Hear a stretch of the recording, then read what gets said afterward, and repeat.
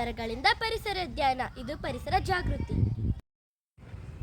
ಅಲ್ಲಿ ಕಸ ಎಸೆಯಬೇಡಿ. ಆ ಕಸ ಜೀವಿಗಳಿಗೆ ಹಾನಿಕರ.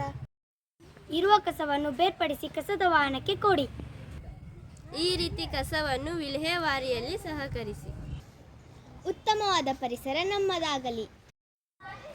ಊರಿನ ಸೌಂದರ್ಯ ಕಸಮುಕ್ತ ಪರಿಸರದಲ್ಲಿದೆ. ಋಣಾತ್ಮಕ ಪರಿಸರವ ಬೀಳುವ ಪ್ಲಾಸ್ಟಿಕ್ ಬೇಡವೇ ಬೇಡ.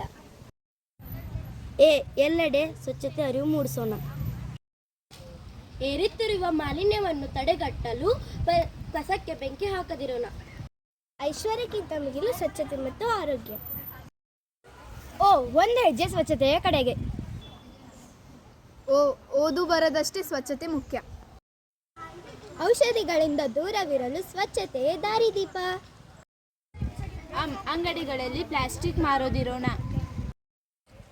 ಆಹಾ ಎಂಥ ಸುಂದರ ಪರಿಸರ.